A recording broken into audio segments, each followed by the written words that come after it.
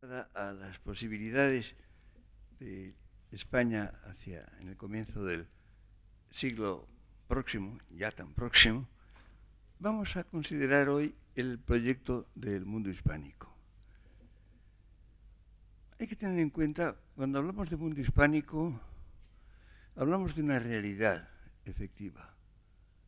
Hay un mundo hispánico que existe y no se entienda América, sino América con España. España forma parte del mundo hispánico. Precisamente esta expresión mundo que se emplea a veces tan inexactamente, por ejemplo, cuando se habla del tercer mundo, no existe porque no es mundo. Y los países que se consideran pertenecientes al llamado tercer mundo no tienen nada en común. No se parecen nada, no tienen comunidad de creencias, de ideas, de estilos de vida en absoluto. A lo sumo, y tampoco, sería un nivel económico semejante, que tampoco es cierto, pero eso no funda un mundo. En cambio, en el mundo hispánico sí, el mundo hispánico es un mundo coherente, con una serie de factores que son comunes, con creencias, ideas, estilos de vida, una lengua en la cual nos entendemos todos y que se extiende en España y en la América desde gran parte de los Estados Unidos hasta el extremo sur, exceptuando el Brasil, que tiene una lengua muy próxima, una lengua, yo digo que es translúcida, no transparente, pero sí translúcida. Es decir, es una unidad real y efectiva en la cual todos nos sentimos en casa, nos sentimos instalados. Cuando un español viaja por cualquier parte de la América de lengua española, se siente en diferentes habitaciones de una gran casa.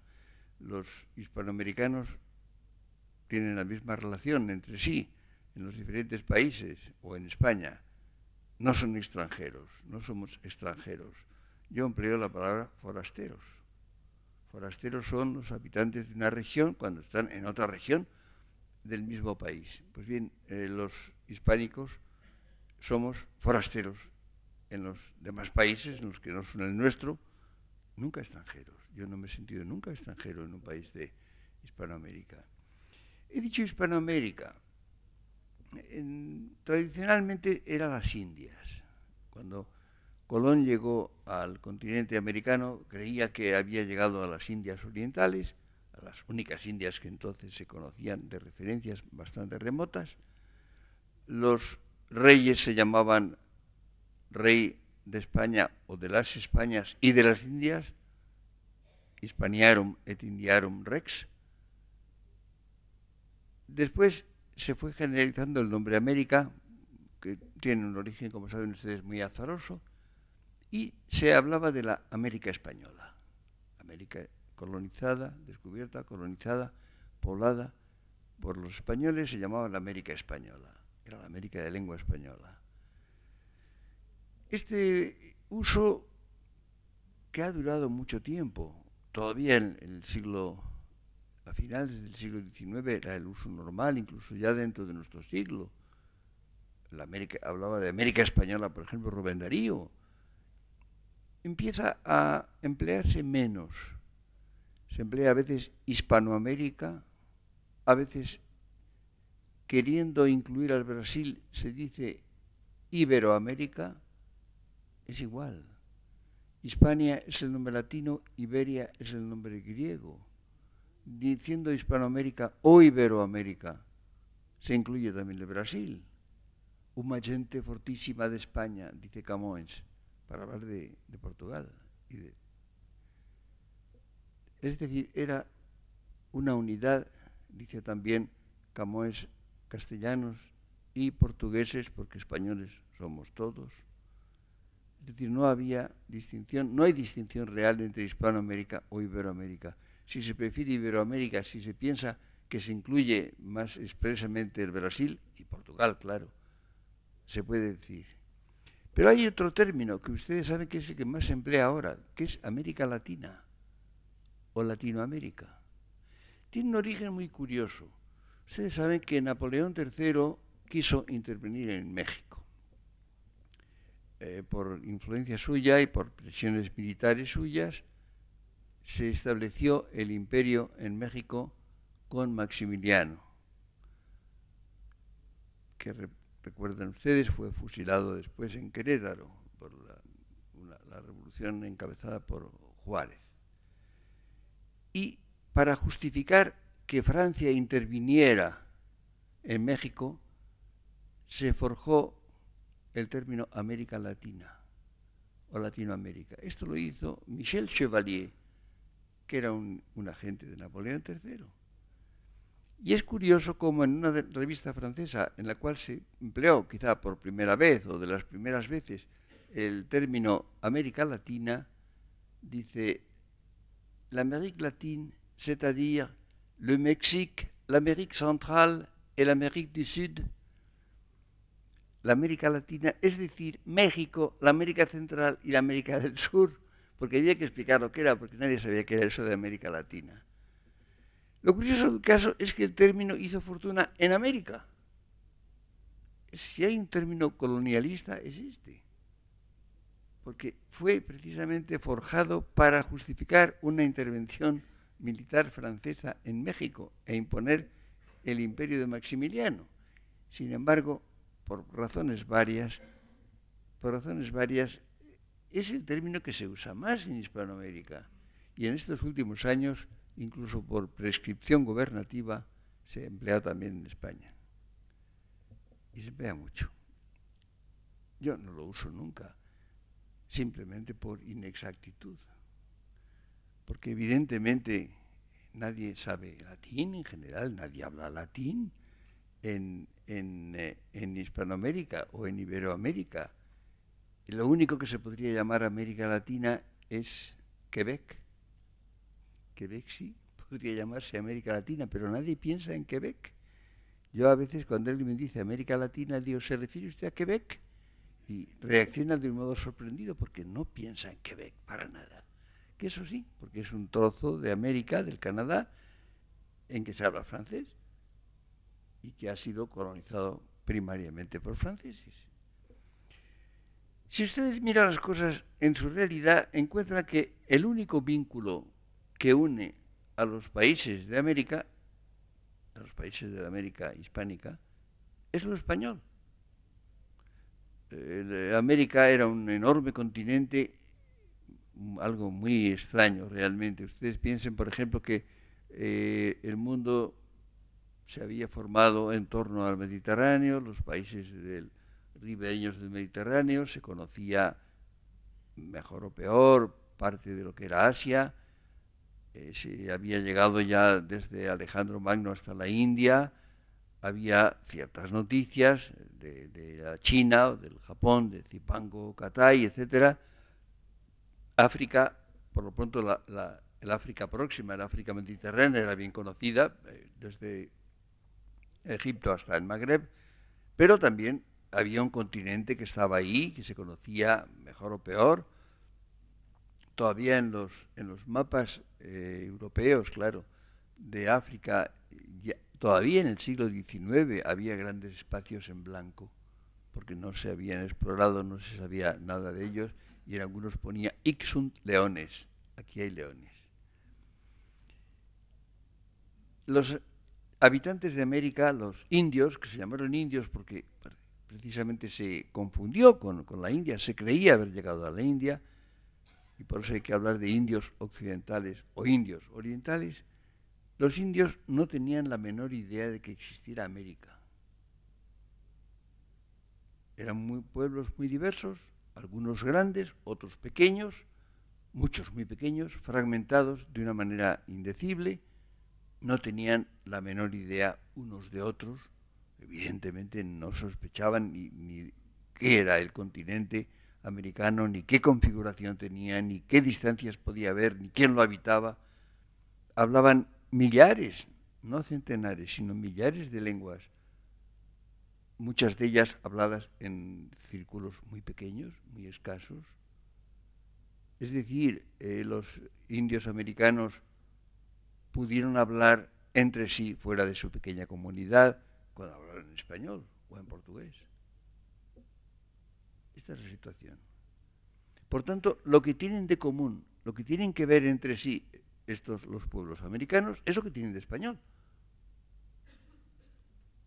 Que España estableció un vínculo entre ellos, los hizo conocerse, los hizo tener acceso a una cultura nueva, la cultura europea del Renacimiento, concretamente la española, la religión cristiana, etcétera, la lengua española que se extendió muy pronto y que es la lengua propia, es la lengua propia del continente, de la enorme parte del continente americano.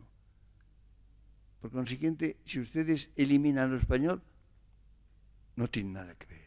¿Qué tiene que ver México con la Argentina, o con Costa Rica, o con el Perú? No tiene nada que ver entre sí. Por eso hablo precisamente de que hay un mundo hispánico. Yo he introducido hace unos cuantos años una imagen botánica que creo que explica muy bien. Realmente estoy contento del hallazgo, porque explica perfectamente la diferencia entre la América del Norte y la América hispánica. En la América del Norte hubo un trasplante.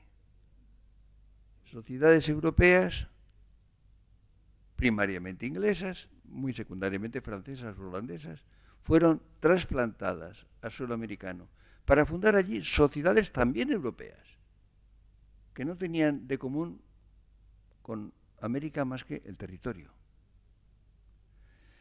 En el caso de España la cosa fue distinta. Los españoles hicieron un injerto. Había sociedades americanas que siguieron siendo sociedades americanas, modificadas, no españolas, hispanizadas, con un injerto. El injerto es la introducción de un elemento vivo, de una planta, yemas de una planta, que se introducen en otra y la planta injertada sigue siendo lo que era, modificada. Ustedes saben que la agricultura utiliza el injerto constantemente y naturalmente se producen variedades más perfectas, preferibles, de plantas que reciben injertos. Pues bien, trasplante en una parte, injerto en la otra, son dos metáforas, dos imágenes botánicas que explican admirablemente bien la diferencia entre las dos Américas. Esto es sumamente curioso. Como ven ustedes, se va formando durante mucho tiempo una sociedad compleja, que es un conjunto de sociedades distintas, porque naturalmente América era enormemente distinta. Los pueblos aborígenes había dos grandes sociedades con gobiernos relativamente homogéneos. Había el imperio azteca en el norte, lo que fue luego la Nueva España, el imperio incaico en el Perú, que naturalmente eran muy complejos. Como saben ustedes, los aztecas ejercían una opresión muy violenta sobre los otros pueblos de la zona que fue después México. Por eso colaboraron muchos de ellos con Cortés. Ustedes no olviden que Cortés conquistó México, ese inmenso imperio, con 450 soldados. Es algo absolutamente inverosímil. Pero naturalmente contó con el apoyo de los tlaxcaltecas y de otros pueblos que se sentían oprimidos por los aztecas. Pero había diferencias muy grandes, diferencias de magnitud, diferencias de que eran diferentes poblaciones étnicamente distintas, con multitud de lenguas, como acabo de decir, con diferentes grados muy diferentes de desarrollo, desde un desarrollo considerable, con un desarrollo político, social, artístico, económico bastante grande en el México y en el Perú, con condiciones muy primitivas en otros lugares, con diferencias inmensas. Y esto es lo que los españoles llamaron principalmente poblar. El verbo que se usa más, lo usan las crónicas, es poblar. Es conquistar, cuando hay resistencias, que a veces la había, a veces no, y poblar y evangelizar. Ustedes saben que el continente americano es en conjunto cristiano, católico en la porción hispánica, española o portuguesa, Lo cual quiere decir que efectivamente la evangelización fue el proyecto principal. Se trataba de extender el cristianismo precisamente a ese nuevo mundo, a ese nuevo continente. Y esto justamente no se llamó nunca colonias. Cuando hablan de las colonias y del periodo colonial es inexacto. La palabra colonia se empleó principalmente después de la independencia, en todo caso ya en el siglo XVIII, por imitación de la colonización francesa o inglesa en Asia, por ejemplo en la India y en África. No se llamaban colonias, eran provincias, eran virreinatos, es decir, eran reinos administrados por virreyes. Los reyes españoles no fueron a América, nunca fueron a América, por razones muy claras, razones evidentes. El viaje a América era muy largo, se tardaba meses. No tenía sentido que el rey se enfrentara de España con los riesgos de la navegación y todos los problemas bélicos que podía haber encima para ir a América. Pero además hay una pregunta mucho más clara, que es ¿qué sentido hubiera tenido? ¿A dónde hubiera ido? Imaginen ustedes que un rey de España, de la Casa de Austria o de Borbón, hubiera ido a América. ¿A dónde hubiera ido? Hubiera ido a un lugar de América, a algún lugar de América. No a los demás. Evidentemente, los viajes eran larguísimos. No ya entonces, sino cuando se viajaba en buques de vapor muy perfectos. No sé, ir a la Argentina suponía 15 días. A un punto. Evidentemente era impracticable el que un rey conociera América, el que un rey viajara a América. El primero ha sido Juan Carlos I. El avión es el que lo ha hecho posible, pero sin haber avión era prácticamente imposible. Pero eran virreyes que gobernaban ese continente en nombre del rey. Eran los que hacían las veces del rey. Eran, por tanto, provincias o reinos organizados en virreinatos o capitanías generales o audiencias, según los casos, según la magnitud, según las épocas. Y por consiguiente, eran esos países como tales, eran países. Piensen ustedes, por ejemplo, que después de la conquista, que es muy breve y que son además con fuerzas no oficiales, no eran ejércitos españoles tampoco. Piensen ustedes que los 450 soldados que llevó Hernán Cortés a México, las pequeñísimas fuerzas con las que Pizarro conquistó el Perú. Pero es que además nunca hubo guarniciones españolas en América, nunca las hubo. Es decir, había milicias para mantener el orden, como una policía, compuestas principalmente de los habitantes del país, criollos, mestizos o indios, según los casos, según los países, según las proporciones. De modo que cuando se habla de colonias y de la época colonial, es una impropiedad lingüística, no fueron colonias.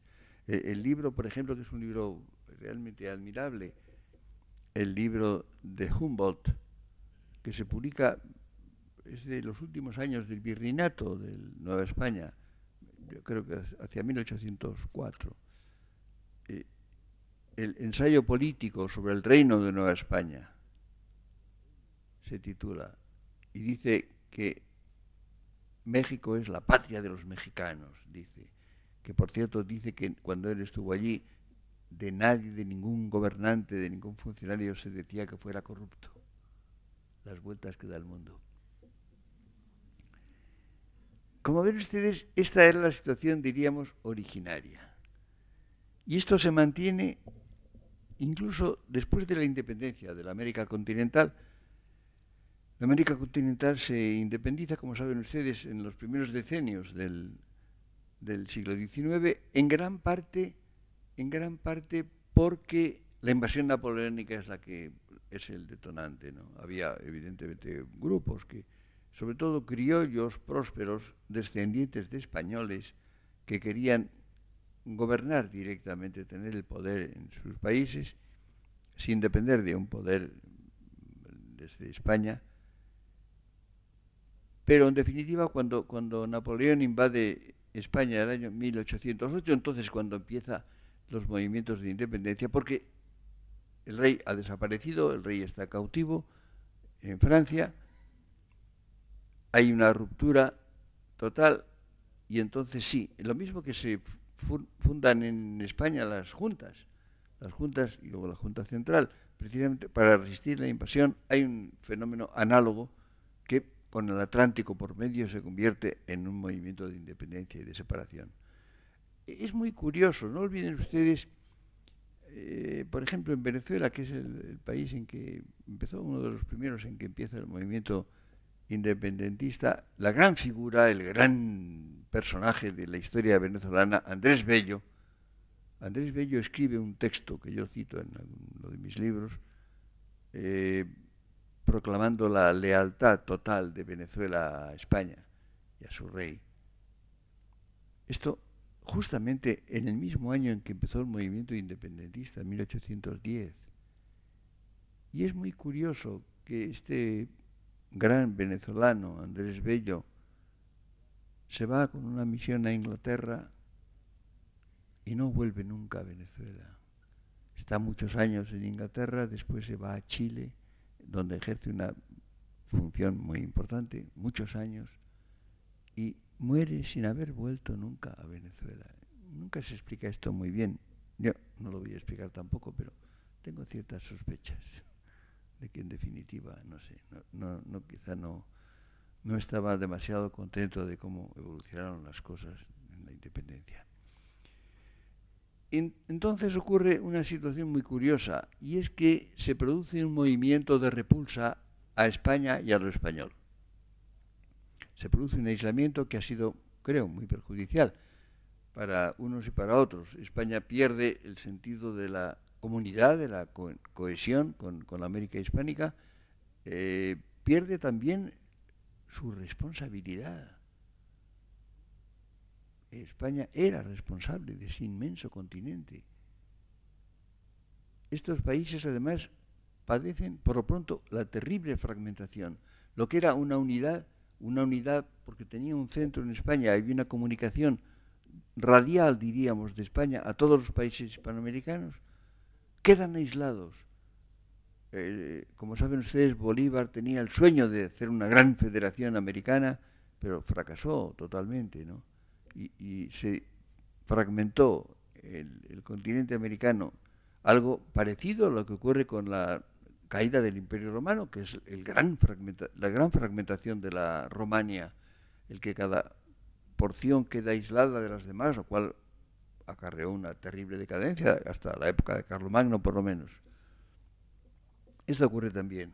Pero entonces se quiere negar lo español, hay un movimiento de hostilidad a lo español, de ataque a lo español, que por cierto ha tenido una consecuencia poco esperada y no querida, que es que los extranjeros, los de otras lenguas, de otros países, reciben eso, pero lo aplican también a Hispanoamérica, es decir, a todo lo hispánico.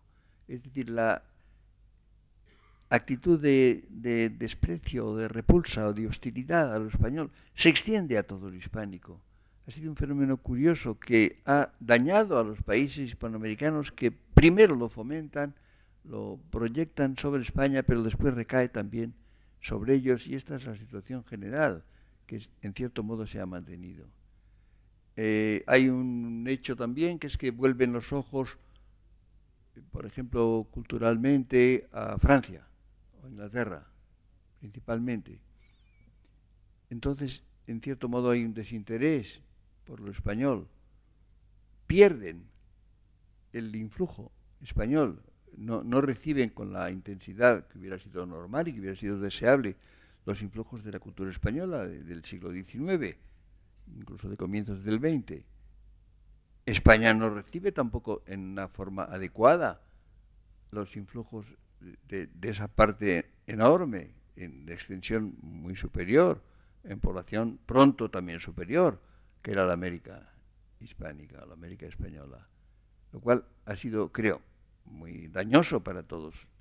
Esta situación, como ven ustedes, es curiosa y se puede localizar y se puede explicar y buscar sus causas, sus razones o sus sinrazones, más bien sus sinrazones. Esto poco a poco se va superando. Se va superando, los americanos se sienten españoles. Andrés Bello escribió una admirable gramática de la lengua castellana para uso de americanos, dice. Una de las grandes gramáticas, de las obras más ilustres de gramática que se han escrito del español. Y está escrito para mantener precisamente la coherencia, la unidad de la lengua, para salvar la unidad. Después, poco a poco empiezan a establecerse relaciones, por ejemplo, lingüísticas y literarias. Se van creando las academias de la lengua española en América, en todos los países se empiezan, Colombia y luego todos los demás, que serán correspondientes de la española, hasta llegar a la situación actual en que hay una comisión permanente y hay unas relaciones cordialísimas y constantes y muy intensas entre la Academia Española y las academias americanas. Esto, por tanto, esto poco a poco se va superando, están participando cada vez más estos países de lo español y España está presente en ellos. Ahí intervienen también, claro está, las facilidades de comunicaciones, se viaja de un lado a otro, se escribe, se publica, los escritores hispanoamericanos publican, y muy principalmente en España, porque desde las ediciones españolas llegan a otros países, no a los suyos. Hay una industria editorial muy importante en la Argentina y en México. En los demás países muy inferior, mucho menos. Los libros publicados en Buenos Aires o en México circulan bastante en Hispanoamérica. Los publicados en otros países circulan poquísimo fuera de su país. Los publicados en Madrid o en Barcelona tienen una circulación mucho mayor. Los escritores españoles también publican en Hispanoamérica, colaboran en periódicos o en revistas hispanoamericanos. Es decir, hoy hay, en definitiva, una unión mucho más real, mucho más profunda que la que ha habido. A pesar de lo cual, no es suficiente. No es suficiente. Hay un cierto desconocimiento. Es curioso cómo los españoles tienen una idea bastante vaga de América. Empezando por algo que a mí me impresiona mucho, que es la magnitud de los países. No sé, a lo mejor piensan que la Argentina y Nicaragua son comparables. Bueno, pues no, claro, no son comparables, empezando por el tamaño. No digamos las condiciones internas. Por ejemplo, yo no he conocido a nadie con quien yo he hablado, que sepa que El Salvador tiene una densidad de población comparable a la de Holanda, que es uno de los países más poblados, más densamente poblados del mundo. Es, por ejemplo, tiene una población mucho mayor que Nicaragua. Nicaragua es un país pequeño, pero mucho mayor que El Salvador, de lo cual se derivan muchos problemas, naturalmente, que no se tienen presentes. Luego ha habido otro problema. Se difundió la idea, esta hecha en general por países enemigos de España desde el siglo XVI, no digamos las casas, pero en fin, los demás, de la leyenda negra, y los españoles exterminaron a los indios. Los exterminaron. Claro, resulta que hay millones de indios. Y lo que es más interesante, millones de mestizos. Más millones todavía. Lo cual es el injerto biológico. El injerto ahí se ve de un modo real y efectivo, ¿no? Pero se ha seguido diciendo que los habían exterminado. Hay un historiador de los Estados Unidos, por cierto, en que dice con bastante humor que si fuera verdad lo que se dice de España, cada español hubiera tenido que matar un indio todos los días y 10 los domingos. Dice, si fuera verdad lo que se dice. Pero resulta lo siguiente, porque la coherencia no es muy frecuente. Ahora, por ejemplo, si ustedes ven las cosas que se dicen en los periódicos, en la televisión, entonces, se está deslizando la idea de que los países de América son indios. Son indios. que parece que hay algunos blancos, algunos descendientes de españoles ahí superpuestos, por supuesto, oprimiendo a los demás, sin duda ninguna, ¿no? De modo que ¿en qué quedamos? ¿Los españoles exterminaron a los indios? ¿O todos son indios? Con unas pocas excepciones. Bueno, habría que decirles pónganse de acuerdo. Por lo tanto, todo es falso, naturalmente. Ni exterminaron a los indios, algunos, no tantos como se exterminaban entre sí, claro, que se exterminaban concienzudamente. Lean ustedes por ejemplo, a los autores aborígenes, ¿no? Claro. Pero, naturalmente, en algunos casos hay porciones del territorio menos pobladas. Ustedes saben, por ejemplo, cuando también a mí me gusta la justicia en general, ¿no? Cuando se reprocha también los exterminios de los indios en los Estados Unidos. Bueno, es que había menos, no había muchos. Es decir, en las zonas frías del continente la población era mucho menor. En el territorio que son los Estados Unidos, por lo menos en gran parte de él, había poca población india. En el Canadá todavía menos. En los extremos meridionales de la América del Sur había también poca población. La población estaba muy desigualmente repartida, estaba concentrada en las zonas tropicales y subtropicales. Tampoco es que los ingleses se dedicaron a exterminar así por sistema, no es verdad tampoco. Y no es verdad que los habitantes de la América hispánica sean indios. Hay muchos indios, hay más mestizos, hay muchísimos blancos. Hay emigraciones que empezaron desde el momento de la conquista y han seguido hasta el siglo XX, como es natural, ¿no? Las ciudades gallegas más grandes son Buenos Aires y La Habana. Son las dos ciudades más grandes de Galicia. Esto es evidente. Es decir, ¿por qué no respetar un poco la realidad? ¿Por qué no ver las cosas como son y no como se dice que son, o como se quiere que sean, o como se inventa que son?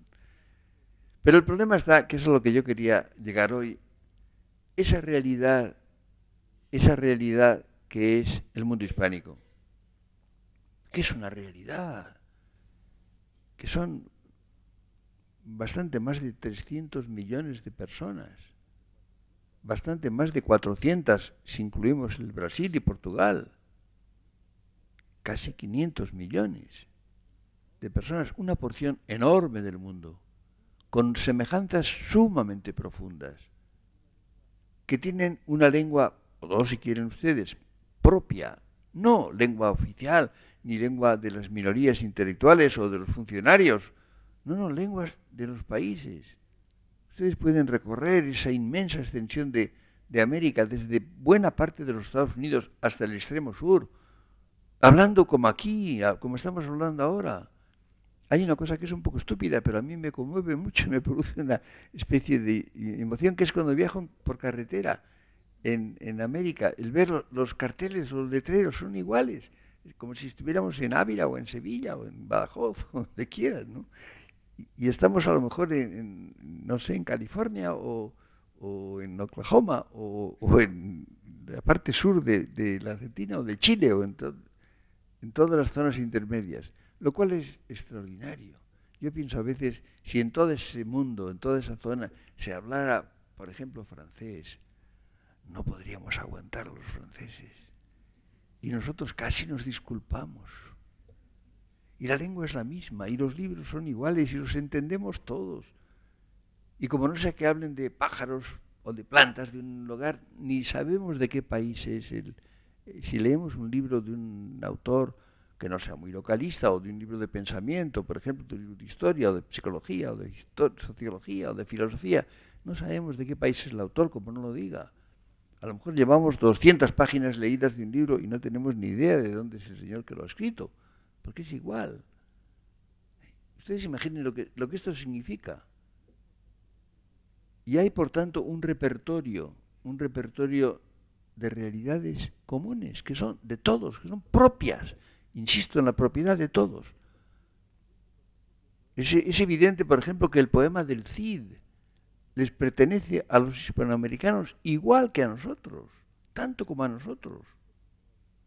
Y a nosotros nos pertenece Rubén Darío, o Borges, o Mallea, o quien sea, ¿no? Los autores actuales o de otros tiempos nos pertenecen igual, son nuestros también. Esta situación, imaginen ustedes que el problema está en que se vive al 20%, al 30%. No podríamos vivir, para no ser utópicos, al 80% de nuestras realidades. Es que no podría ser esto. En conjunto, hay muchos elementos que se oponen a ello. Por ejemplo, hay, digamos, deficiencias que podríamos llamar técnicas. Los libros no llegan fácilmente. No llegan. Por ejemplo, tengo una experiencia. La Argentina es el país con el cual tengo más relación y el que tiene más interés por mí, cosa que agradezco mucho. Es muy raro que la primera edición de mis libros llegue a la Argentina. La segunda suele llegar. Yo recuerdo un libro hace algunos años ya que la primera edición no llegó. Yo preguntaba, me hablaban, nadie había visto un ejemplar. La segunda edición llegó y se vendieron en poco tiempo 2000 ejemplares, que es mucho para un libro de pensamiento en nuestro país. Esto ocurre. No sé, a veces no se enseñan, a veces no se habla. Por ejemplo, un problema que está ocurriendo no es América, pero también ha sido hispánico, que es las Filipinas. Las Filipinas, como saben ustedes, el español no era la lengua del país. No lo era. Hablaban español las minorías, no era la lengua. La lengua hablaba, el país en conjunto hablaba lenguas aborígenes, el tagalo la más importante, pero no la única, ni muchísimo menos. Después hubo la ocupación americana, el inglés se ha difundido enormemente. Hoy se habla más inglés, mucho más que español. Pero se sienten españoles muchos, se sienten con interés por España, tienen la mayor parte de apellidos españoles. Yo recuerdo, tuve una conversación con el que era ya muerto, ministro de Asuntos Exteriores de Filipinas, y le dije, yo creo una cosa, que deberían ir españoles a Filipinas a hablar en inglés.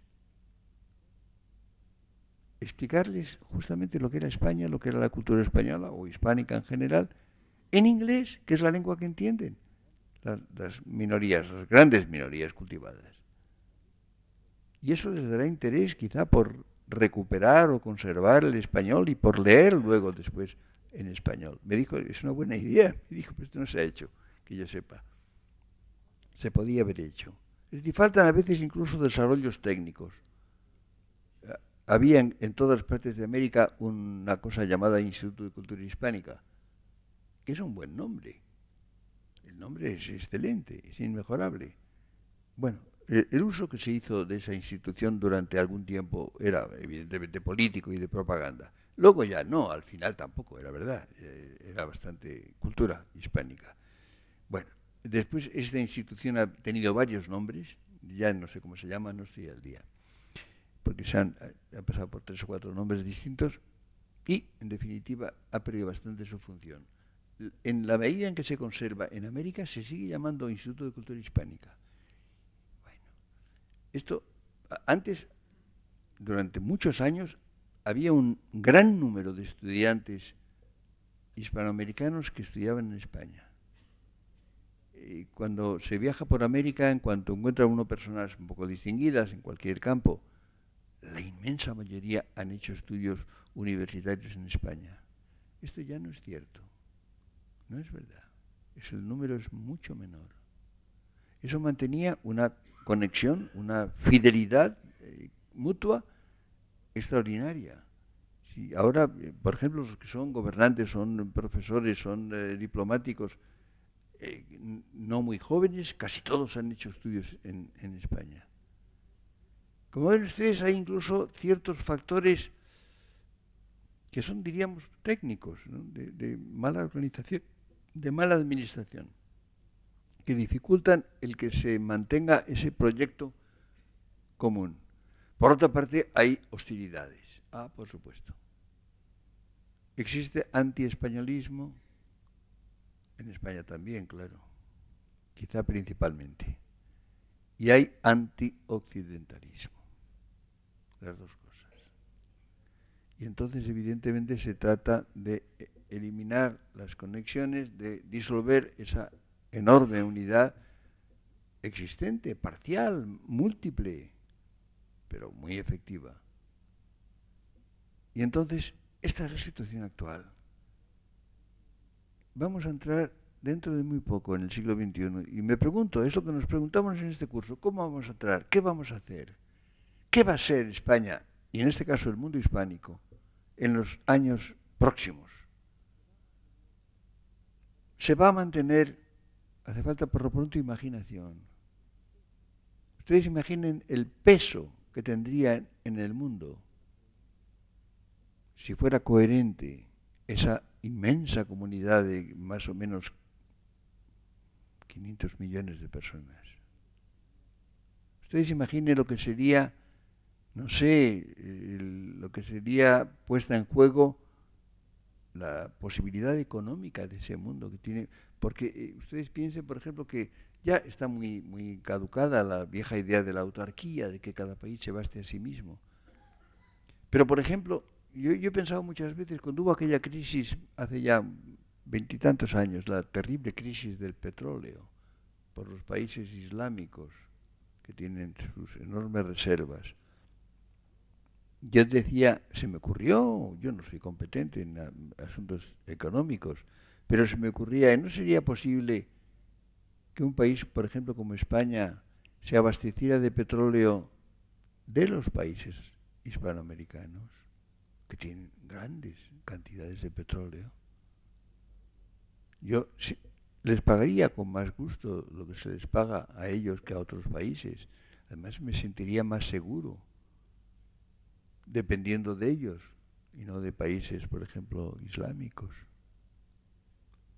Era una modesta propuesta que yo hacía, que no se ha hecho, no se ha llevado a cabo, por supuesto.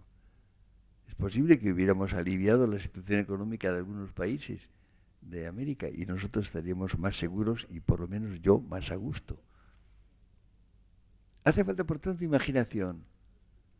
Hace falta un cierto proyecto capaz de ilusionar, capaz de entusiasmar a unos y a otros.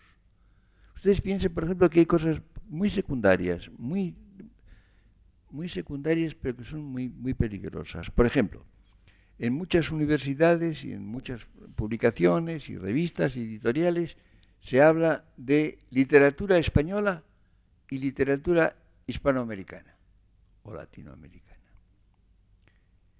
Esto no existe. En los Estados Unidos los departamentos se llaman de English. English. Y en todo caso se habla de American English, cuando estudian las variedades de la lengua, pero es inglés. Y la literatura es inglesa, quiero decir de lengua inglesa. Y evidentemente se habla de Shakespeare o de Marlowe, como se habla de Edgar Poe, o de Faulkner, o de Wilder. No hay una literatura española y una literatura hispanoamericana. Hay una literatura española en general, quiero decir de lengua española, y hay varias literaturas particulares, española, mexicana, peruana, argentina, chilena, etc., que tienen variedades, que tienen matices propios.